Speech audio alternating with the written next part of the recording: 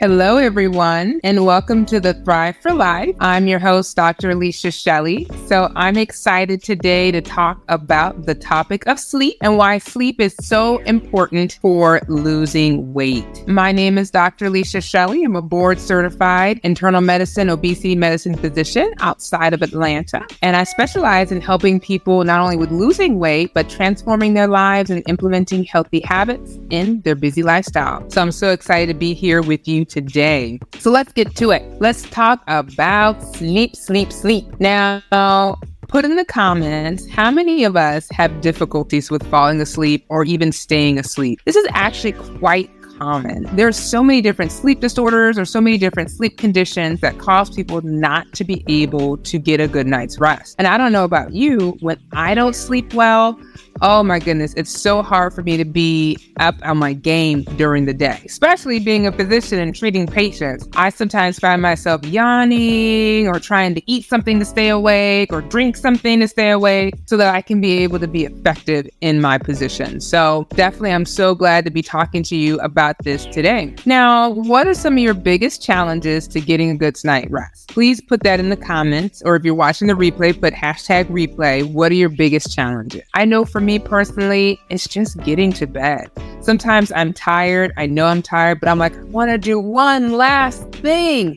And then I'll go to bed. But that one last thing seems to take a whole hour because I'm so tired that it's hard for me to focus on that one last thing that I'm trying to do. Now, let's see how how sleep affects the body. Now, if someone goes from sleeping 8 hours to 5 hours, what studies have shown is that their body mass index increases, their leptin hormone, which is your satiety hormone. This is the hormone that tells you that you're full actually decreases, so you're more hungry, and your hunger hormone or your ghrelin hormone increases, which leads to, once again, your body mass index increasing. So how many hours that you sleep correlates with how much weight are you going to gain. A lot of people who have sleep apnea tend to make it sometimes difficult for them to control their weight because they're not getting a good night's rest. And it's contributing to these different hormonal imbalances. Now let's think about what are some tips for sleeping better. Number one, keep a consistent sleep schedule. Get up at the same time every day, even on the weekends and during vacation. I know it's hard because sometimes we wake up super duper early and we want to sleep in during the weekends, but it's important that your body gets used to you being on that same sleep schedule. Also, set a bedtime that's early enough for you to get at least 7 to 8 hours of sleep. I know you're talking to the choir here. I have so many things that I want to do and sometimes not enough time to do it. And I'm just trying to do it all before I go to bed. But ask yourself, are you really effective? Do you feel like, hey, maybe I should, go to bed now and then wake up earlier and finish my tasks? Sometimes I find that when I do that, my brain is much fresher. I'm able to kind of complete things faster and clearer because I've had a good night's rest. And then the next thing is don't go to bed unless you're sleepy. Now, the bed should be for two reasons: sleep and sex. So it's important that in your bedroom that you keep it for sleep. So if you're not sleepy, don't go to bed, or at least don't get in the bed and just sit there. And if you don't fall asleep after 20 minutes, get out of bed and then do a quiet activity without a lot of light exposure. The reason why you do that is that the light kind of shines and tells the body that it kind of messes with the circadian rhythm so that your body thinks that, oh, it should be up instead of sleeping. So it's important to have less light, and it's important too, because I don't know about you, but I have my cell phone at the bedside, or I have my tablet. So the light from the electronics can also contribute to you feeling more awake as well. And then next, establish a relaxing bedtime routine. Do you pray? Do you meditate before bed? Or do you, read a book before bed? Something that kind of helps you to relax. And then once again, use your bed for only sleep and sex. Next, make sure your bedroom is quiet and relaxing.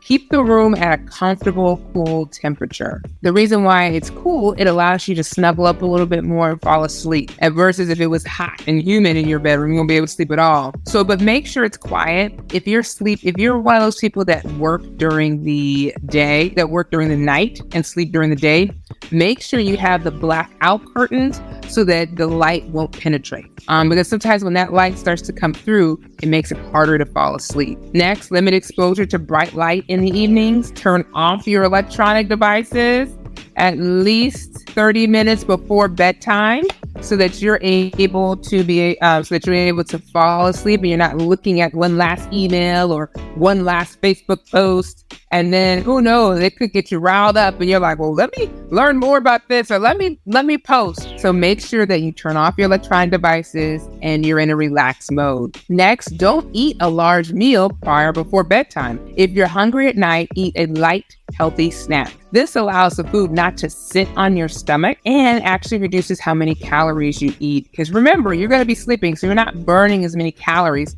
as if you have been exercising prior. Also, make sure you have regular and exercise and maintain a healthy diet. Next, avoid caffeine in the afternoon or evening because sometimes for some people, that caffeine can keep you awake and make it harder to fall asleep. Also, avoid consuming alcohol before bedtime.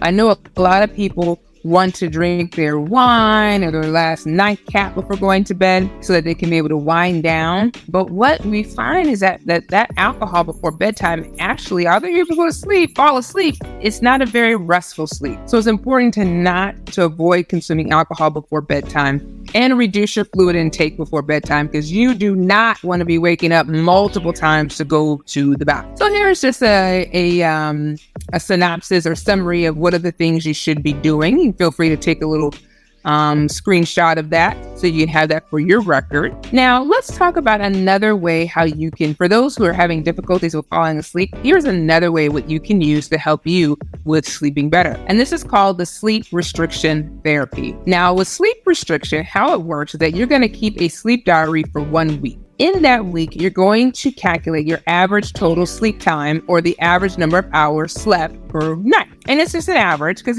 some days you may sleep more, some days you may sleep less, but giving the average. Then, once you know your average sleep time, you're going to restrict the time that you spend in bed to no more than those average total sleep time. And then you'll decide on when you need to get up and just basically subtract how many hours is that you're averagely sleeping in so that you know what time you need to fall asleep. Now, once you figure that part out, the next day you'll increase your sleep time by 15 minutes. And then the next day you'll increase your sleep time by 15 minutes. And then before you know it, you'll keep increasing your sleep time. That makes it a little bit easier for you to fall asleep a little bit longer. Now, just so that you aren't confused, here's an example. Let's say my average sleep time is around 5 hours per night. So with that being said, and I have to wake up at 5 a.m. in the morning. So that means I need to be in bed by midnight or 12 o'clock because that's 5 hours. And so that first night I'll sleep the 5 hours, but then the next night I will increase my bedtime from 12 a.m.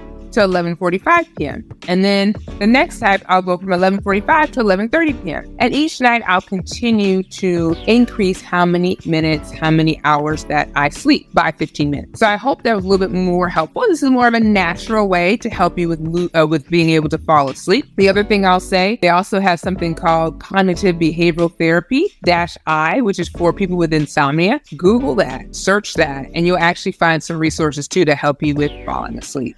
Now, the other thing that I use is this sleep tracker. This one that I use is called Mental Tracker. What it does, it actually has AI technology that allows you to be able to see how many hours you're sleeping, but also it detects if you're snoring and it detects if you could be at risk for sleep apnea. And so when I use it, it actually gives me a clip of my actual snoring. And I'm like, oh my gosh, it's me. I didn't know I snore.